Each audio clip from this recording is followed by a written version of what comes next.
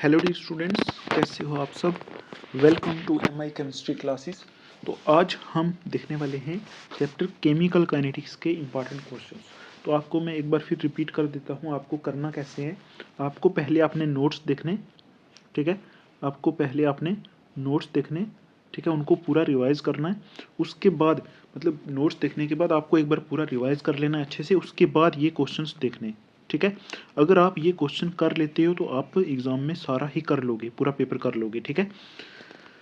तो फिर चलें देखें क्वेश्चंस। तो क्वेश्चंस में हम पहले सब्जेक्टिव देखेंगे, फिर ऑब्जेक्टिव देखेंगे, फिर कुछ एनसीईआरटी के क्वेश्चंस में बताऊंगा। अगर आपने ये क्वेश्चन कर लिए, ऐसा नहीं कि आपको रट्टा मारना है, रट्टा नहीं मारना है, ठीक है। आपको सीधा सीधा सिर्फ आपको पता होना चाहिए कि अगर ऐसा आ गया तो मैं ये कर लूँगा, ठीक है। और वो डिपेंड करता है आपने नोट्स कैसे बनाए, आपने चैप्टर कैसे पढ़ा है। क्योंकि आपको पता है अभी सिलेबस कम हो गया है, तो एक चैप्टर से ज़्यादा क्वेश्चन आएंगे, ठीक। चलो स्टार्ट करते हैं। पहले देख लेते हैं सब्जेक्टिव क्वेश्चंस इस चैप्टर के। तो ये जो मैंने क्वेश्चंस बनाए हुए हैं, इन क्वेश्चंस को अगर आप देखोगे और प्रीवियस ईयर पेपर देखोगे, प्रीवियस ईयर में सारे ही क्वेश्चन इन्हीं पेपर के बीच में से ही आए हुए हैं, ठीक है। इन्हीं पेपर के बीच में से जो मैंने बनाए, ठीक है। चलो पहले देख लेते हैं ये वाला सब्जेक्टिव। यहाँ देखो मैंने लिख दिया यहाँ कि चैप्टर कौन सा है, केमिकल काइनेटिक्स है, और इम्पॉर्टेंट क्वेश्चन जेके बोस के, और ये सब्जेक्टिव क्वेश्चन पहले देख लेते हैं, ठीक। अच्छा, तो अभी आप देखो पहला जो है, what do you mean by rate of reaction. Rate of reaction क्या होता है, आराम से कर लोगे, केमिकल काइनेटिक्स का बेस ही रेट ऑफ रिएक्शन है। How to write rate of reaction for different reactions. आपको डिफरेंट डिफरेंट रिएक्शंस दी जाएंगी, आपको रेट ऑफ रिएक्शन उनके लिए लिखना है, आराम से लिख सकते हो, ठीक है। ये तीसरा, discuss different factors affecting rate of reaction. कौन कौन से डिफरेंट फैक्टर्स हैं जो रेट ऑफ रिएक्शन जिनके ऊपर डिपेंड करता है, ठीक है। और ये भी आप कर सकते हो। अभी देखो state and explain rate law, rate law state and explain करना है, डिफाइन करना है, वो भी कर सकते हो आराम से। फिफ्थ नंबर वाला क्वेश्चन देखो, what do you mean by order of reaction. Order of reaction क्या होता है, तो give examples of reactions of zero order, first order, second order and fractional order. आपको एक एक दो दो एग्जांपल्स जो है वो तैयार कर लेनी है, याद कर लेनी है, ठीक है। एक एक दो दो एग्जांपल्स याद कर लेनी है आपको, जीरो ऑर्डर की, फर्स्ट ऑर्डर की, सेकंड ऑर्डर, थर्ड ऑर्डर की, ठीक है। ये लिखना है आपको।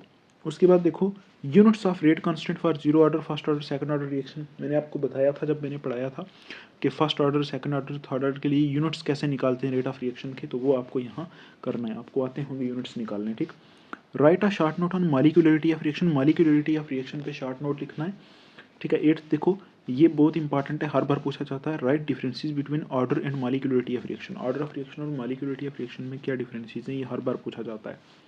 9 क्वेश्चन देखो, derive integrated rate equations and half life है, यहाँ एंड है। Integrated rate equations and half life for zero order and first order reactions, ठीक है। मैंने आपको कराया हुआ है कि इंटीग्रेटेड रेट इक्वेशंस और हाफ लाइफ टाइम कैसे निकालते हैं जीरो ऑर्डर और फर्स्ट ऑर्डर रिएक्शन का, तो ये आपको अपने नोट्स रिवाइज करने निकाल लेना है आपको, ठीक है।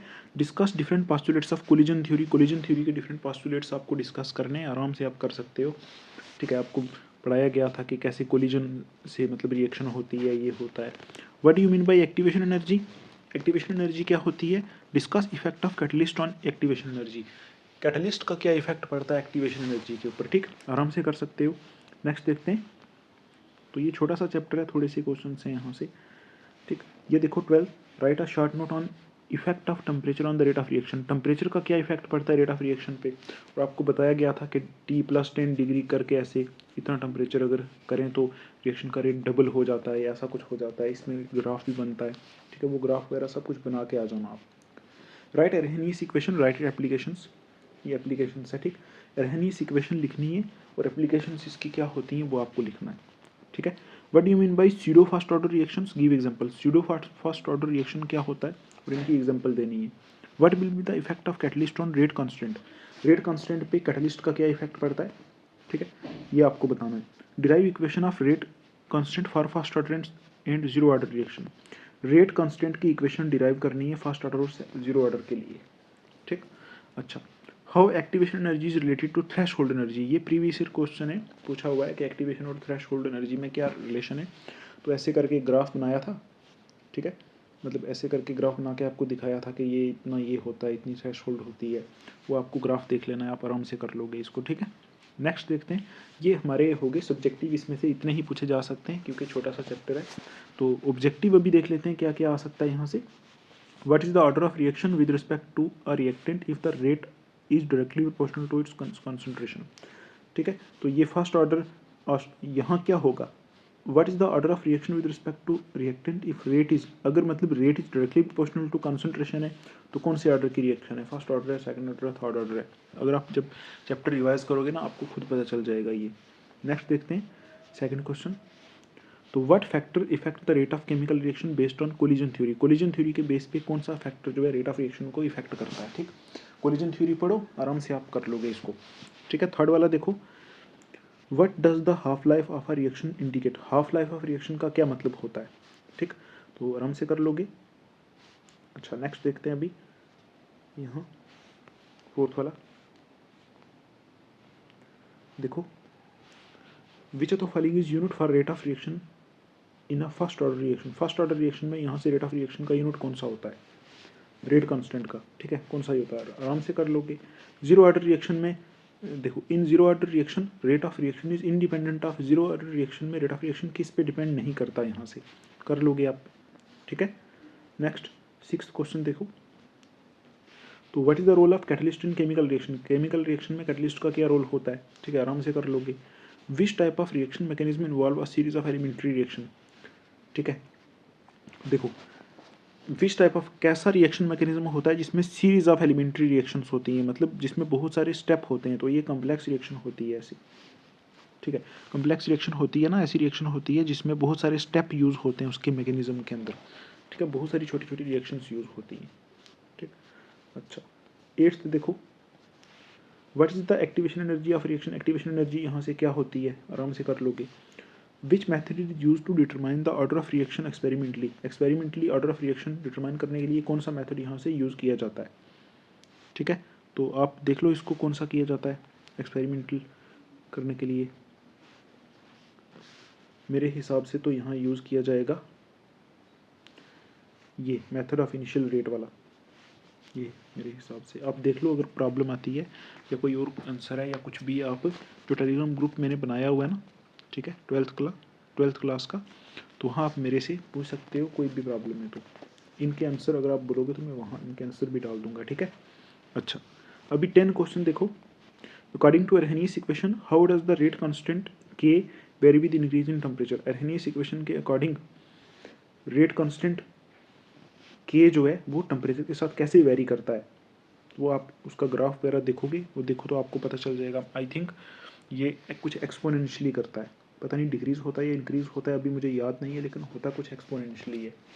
ठीक है, तो आप अर्हेनियस इक्वेशन देखो उसमें अगर ई यूज़ हो रहा है, तो अगर ई यूज़ हो रहा है तो फिर एक्सपोनेंशियली होगा, तो ई के टर्म्स में वो इंक्रीज हो रहा है या डिक्रीज हो रहा है, आपको बताया था मैंने जब पढ़ाया था, तो आप देखो इसको। ठीक, अच्छा ये थे हमारे ऑब्जेक्टिव क्वेश्चंस। तो इतने क्वेश्चंस अगर आप कर लेते हो तो आपके एग्जाम में जितने क्वेश्चंस आएंगे वो सिंपल आएंगे, इन्हीं में से ही आएंगे, आराम से आप कर लोगे। ठीक है, अगर और अच्छे से आपको करना है तो आपको कुछ मैं इंपॉर्टेंट एनसीईआरटी के क्वेश्चन बताता हूँ, वो आप कर लो। ठीक, उसके बाहर फिर कुछ नहीं आएगा। तो ये हमारे कुछ एनसीईआरटी के क्वेश्चन हैं, ये इन टेक्स्ट वाले, ये वही है जो मैंने आपको पहले बताया। What will be the effect of temperature on rate constant, rate constant के ऊपर टेम्परेचर का क्या इफेक्ट पड़ता है। ठीक, ये कर लो आप। अच्छा, ये तीनों क्वेश्चन कर लो आप, इनके सोल्यूशन देखो और इनको ऊपर से कर लो। ठीक है, ये कर लो, ये आ सकते हैं एग्ज़ाम में। उसके बाद आप यहाँ से, एक मिनट, ये इन टेक्स्ट है ना ये वाले, तो यहाँ से आप कर लो, ये दोनों भी कर लो, इनके आंसर देख लो एक बार, मतलब इनकी जो सोल्यूशन है सॉल्यूशंस देख लो, ये भी कर लो अगर आपको बहुत बेटर करना है तो। ठीक है, तो ये भी कर सकते हो। और यहाँ जो ये जो क्वेश्चन हैं एनसीईआरटी के हैं ये वाले, ठीक, तो इनमें से आप कुछ क्वेश्चंस कर सकते हो, जैसे इनमें से आप कर लो ये वाला, ये mention the factor that affect rate of chemical reaction. ठीक है, ये कर लो 3.6, ये कर लो 3.7। ठीक, और ये जो डब्बे वाले क्वेश्चंस होते हैं ना, ये सब को करने का तरीका एक ही होता है, मैंने आपको बताया हुआ है ऐसा तरीका अपनी वीडियोस में। ठीक है, अगर आप वीडियोस देखो, अगर मैंने नहीं बताया तो फिर आप इनका एक का सोल्यूशन कर लो, ऐसे डब्बे वाले क्वेश्चन आप सारे कर लोगे, ऐसे एग्ज़ाम में आपको नहीं आएंगे जेके पोस्ट में। ये CBSE में आ सकते हैं आपको, ठीक। अच्छा, ये थे 3.9 वाला भी देख लो आप, ठीक है, ये क्वेश्चन देख लो। अच्छा, उसके बाद यहाँ वही डब्बे वाले क्वेश्चन है, देखो ये सब डब्बे वाले क्वेश्चन जितने भी हैं सबको करने का तरीका एक ही होता है, कुछ खास नहीं होता है, ठीक। तो मैंने भी कराया होगा अपनी वीडियो में, मुझे याद नहीं है। तो यहाँ ये वाले आप करो सॉल्व, सॉल्यूशन देखो, अगर कोई प्रॉब्लम आती है तो आप मेरे से पूछ सकते हो, ठीक है। अच्छा, ये कर लो आप। उसके बाद है ये वाला एक कर लो, ठीक। तो बस बाकी तो वो डब्बे वाले ही हैं सारे, ऐसे आपको नहीं आएंगे, मुझे नहीं लग रहा है ऐसे इससे पहले कभी एग्ज़ाम में नहीं आए हैं डब्बे वाले क्वेश्चन, ठीक। तो ठीक है फिर, तो इतना आप करो, अगर कोई प्रॉब्लम आती है तो आप पूछ सकते हो। कुछ पूछना है आपको, कुछ भी करना है तो टेलीग्राम ग्रुप जो है उसकी लिंक डिस्क्रिप्शन में आपको मिल जाएगी, तो आप मेरे से पूछ भी सकते हो। तो ठीक है, नेक्स्ट चैप्टर हम रखेंगे हमारा D&F ब्लॉक एलिमेंट्स, उसके हम इंपॉर्टेंट क्वेश्चंस करेंगे। तो फिर हम मिलेंगे नेक्स्ट लेक्चर में, तब तक के लिए आप अपना ध्यान रखो, पढ़ाई करो, take care, thanks for watching.